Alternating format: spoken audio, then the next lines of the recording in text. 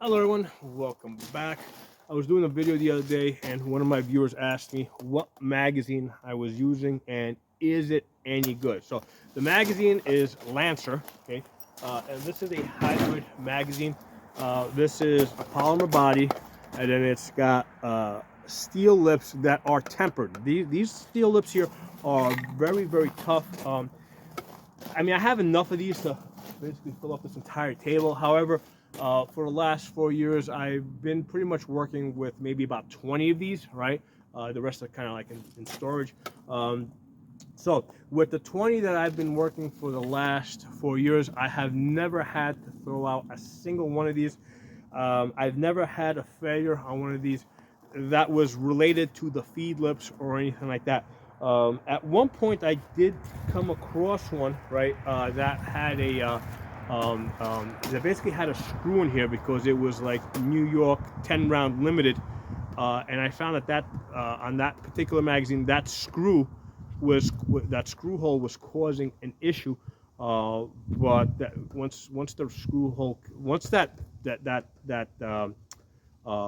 screw came out, it wasn't having an issue. So I think that was an issue with something being there that wasn't supposed to be there. So that was just on one magazine, and the one issue that it had was related to that screw hole to make this, to limit it to 10 rounds. So, but on the other ones, the ones that are not adjusted in any way, that are like the way they're supposed to be from the factory, I've never had a single issue that was magazine related. Now, obviously, there have been other jams, sometimes related to ammunition, sometimes related to the way people load the magazines, but I've never had an issue where I could say, hey, this is a faulty magazine. Okay. Now, for those of you that are new to the channel, I'm a full-time gun instructor. I use my equipment to train people. I do a lot of traveling, different ranges sometimes. So I always bring along my equipment. And part of the reason for that is because a lot of times people will show up for training with substandard equipment. So I want to have stuff for them to use, examples for them to follow of things that work. So just given the fact that I do such a high volume of shooting and so much training, it stands to reason that I'm going to figure out what works and what doesn't work. Okay, just because again, time is money, so I don't want to waste my stuff with, I don't want to waste my time with stuff that doesn't work or it's going to give me a heart or give me a headache. Now, occasionally I'll do like magazine like jamming drills, but if the gun's going to jam, I want it to jam because I want it to jam, because I induced it to jam in some way. I don't want the gun just jamming whenever it wants to jam. Okay, so that's why. Just given what I do, I'm inevitably going to find the things that work the best. Okay, so these, that has led me to these Lancer magazines. Now let's talk about AR-15s for a second. If you go back about, I don't know, 10, 15 years, the reliability of AR-15s was very questionable. Okay? A lot of times people questioned how reliable they were. They used to jam back then. And the reason they would jam is not because of the rifles, but because of the magazines. Back then, we were using these aluminum GI magazines that were similar to this. This is the only thing I have that is close to that, because I pretty much got rid of all the GI magazines. I basically threw them out because they were garbage. What would happen with the aluminum or steel? There's a steel one. Eventually, they would get dropped, even if they would get dropped enough times, eventually the lips would bend a little out of position. Sometimes you couldn't even tell that there was a bend there. So they would just bend a little bit out of position, and that would cause feeding problems. And sometimes you could actually see that there was a bend there, and the tendency was for people to take the needle nose pliers and bend the feed lips back into position. And the magazine did work most of the time, like 99% of the time, 95% of the time, but basically it was an unreliable magazine. You would still have the occasional failure with it. So, at that point, people wouldn't know if it was the magazine or the gun, and a lot of times people blamed the gun rather than the magazine. So, that was the problem with ARs. Right now, we're not going back to the Vietnam era. Vietnam era, they had different issues with the guns related to the ammunition and cleaning. If you're going back 10, 15 years, you know, in that period, the unreliability issues with the AR-15s was related to the GI magazine. So what happened is PMAG came along at some point, and they gave us these polymer magazines, and that pretty much fixed the AR-15. Okay, so the AR-15 did have a problem, but the problem was the magazine, not the gun. But given that the gun depends on the magazine, if you don't have a reliable magazine, you're not going to have a reliable gun. Okay, so these polymer magazines were great. I used these for about 4 years. You can see these were white ones, so you can kind of see the you know, the discoloration on this. I'm just having it shot a lot. So I had a whole bunch of these. I mean, again, I had enough of these to fill up the whole table, but I was primarily working with about 20. I never had one of these polymers go bad on me. And here's the thing: given what I do, people will occasionally drop them. Now, we're not dropping them on purpose, right? We're not like doing destruction testing, but people will occasionally just drop them. So with the occasional dropping, with the aluminum magazines, and even these steel ones, right? These are Elander magazines, which were supposed to be very good, very tough.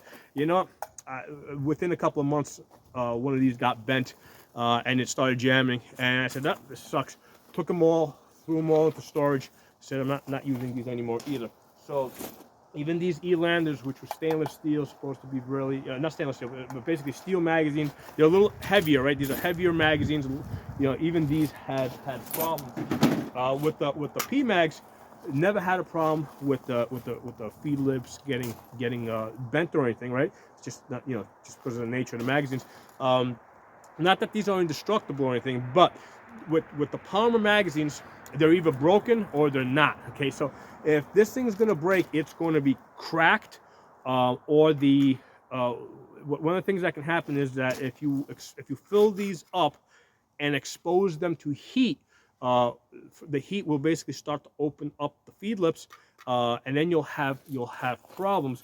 But it's not, you know, once you realize that you've got that problem, it's not fixable. You can't take the needle nose pliers and try to, you know, bend them back. So you're gonna throw it out, right? Ideally destroy it, you know, drill a hole through it or something, so that nobody else picks it up and starts using a faulty magazine.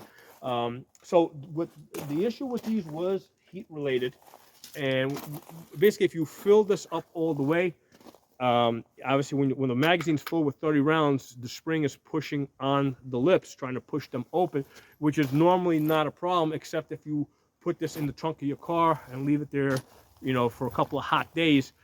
You know, then the heat's going to start opening up those lips. So that's why they gave you these clips. Okay, the purpose of these clips, you would basically, once you fill this up, you would clip that there. Okay, and then basically this clip would push down on that first round, and it would take the pressure off the feed lips. Okay, so that the top of the rounds aren't pushing up against the feed lips. And now you can put this in the trunk of your car, and you wouldn't have that problem. So that you know, these work great. I used these for about 4 years. The problem with these is that I couldn't easily tell how many rounds were in there, and I did have some that had the windows in there. But the problem is the windows were like usually down here, and sometimes I would tell people put 3 rounds in there or 5 rounds, and I couldn't tell if they had 3 rounds, 5 rounds, or 11 rounds. You know, the window, just because the windows was like all the way down here. So at some point, I learned about the Lancers, okay, a hybrid with the steel lips, and this is great because I can, even if you got 2 rounds in there, I can clearly see them, all right. And these are very lightweight, but also very durable. Like this one over here, you can see, like from you know, it's got a little discoloration here, because this is where a lot of your ignition happens, close to this area over here. But if you look at the feed lips, I mean, these look like brand new. I mean, the paint's on there. And again, these are 4 years old.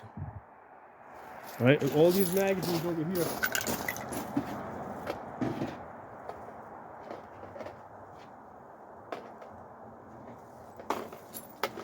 I mean, I find it kind of strange almost that after 4 years and all the shooting that I have done, that the paint hasn't come off on these things. Okay, so these are really nice. They're light. I like using the 20 rounders because the 20 rounders, if you're shooting bench, you know, it doesn't hit the table.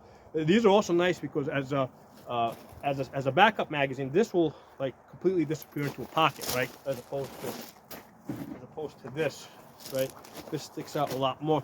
So this is something that you can easily throw into your back pocket. So another reason why I really like these 20 rounders. And I do have them. They do make them in the smoked color, right? You see how these are like a dark color. I prefer the clear ones. Like I want to be able to look at these and know like right away exactly how many rounds I have there. Or if other people are shooting, like if somebody's holding this, I want to be able to see from a distance, you know, how many rounds are in there. A lot of people like the smoked ones because they look more traditional, right? It looks more like this. I guess the other advantage might be that maybe at night the clear ones might reflect a little bit more. I mean, I never noticed that in any of my videos. I never noticed any reflection from the clear ones versus the smoke ones. But I suppose that's a remote, you know, it's a possibility. I'm not gonna, you know. Anyway, I like the clear ones for the way I use them, which is primarily training people. I want to be able to quickly see what is in there. And like I said, I've been using these for 4 years. You know, I've not thrown out a single one. Okay, whereas with the aluminum ones, I was constantly throwing out vent ones. Even, you know, I thought that these Elanders would have done better, but within a couple of months, I had already thrown one out. So I said, you know, forget about those. I did try the ETS ones for a while. The ETS ones, they got these coupler, so I thought that might be kind of. There it goes. Okay, you got to twist it to the right. So it does have a built-in coupler. The problem with these magazines, they're very thick, right? So even if you uncouple it, yeah, it's a pain in the balls. Again, not part of the reason why I don't use these, but even if you hold it like this, right, in the area that's not coupled, these are thinner, right?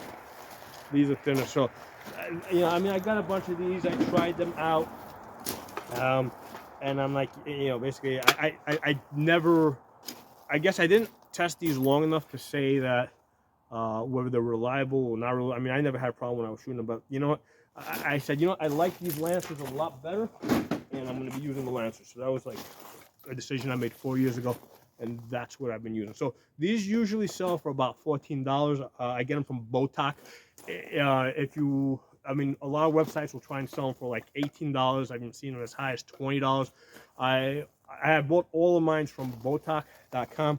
I usually get them for $14. Occasionally they'll run a special or a sale or something, especially around the holidays, and you can get them for as low as $11. I think I've gotten a bunch of them for that amount. Now, I pay full price. You know, if I get them on sale, I get them on sale. So I don't get paid by Lancer. I don't get paid by any of these companies. I'm just telling you guys, this is what I use. Okay. I mean, I make money training people. I don't get paid by doing promotions, or I don't even monetize my YouTube channels. Okay, that's not where my money comes from. So that's why when I tell you guys something is good, it's good. If I tell you it's not good, it's not good. I don't have any incentive other than to basically use the things that are gonna work for me and are going to allow me to train people, because that's what I do. I train people. So that's how I feel about that. These Lancers are absolutely great. Very convenient, very lightweight. I like the fact that they're both lightweight and tough and durable. I wish that Lancer would make Glock magazines, right? Because for Glock, because I got lots of Glock OEM magazines, but I don't like the fact that they're not clear. I end up using the clear ETS magazines, which get beat up a lot because the 9mm AR bolts that are constantly rubbing across the top of the feed lips on the ETS magazine, it slowly wears them down.